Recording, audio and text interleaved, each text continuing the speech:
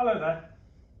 There's a few things moving markets at the moment, and as always in the financial world, they're quite kind of interconnected.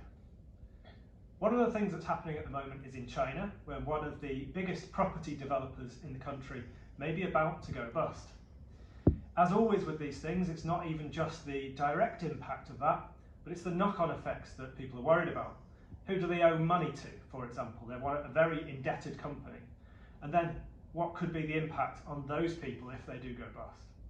So that's one of the things that markets have been worried about at the moment. But of course, China is one of the world's biggest exporters of manufacturing and other goods. And they are having some of the same problems that we're having in the West. They've got an energy shortage. They're having to ration electricity.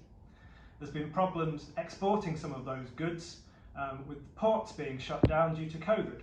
And that all feeds into stuff that we're seeing here in the West, where we've obviously seen shortages or potential shortages of petrol.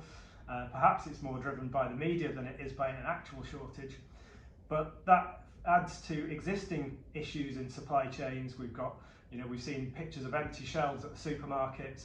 We've seen gas prices go through the roof, and that's impacting on energy companies here as well. So we're having all these sorts of things happening at the moment. And it's all due to this imbalance between supply and demand. As we come out of the pandemic, demand has recovered, but supply still is to catch up. And that is causing at least short-term inflation. And that has certainly lasted and is likely to last a little bit longer than perhaps we might have thought 6 months ago. We still don't think inflation is a long-term problem, but certainly for the next 6 months or so, it's going to be something that's present. And we've had to adapt portfolios, reducing exposure to certain fixed interest securities and putting more in what we call real assets, things like infrastructure and property, into the portfolios. Now, one of the other things that markets are slightly worried about, is again linked to this, is that whether the central banks like the Federal Reserve or the Bank of England feel like they're forced to put up interest rates to combat that inflation.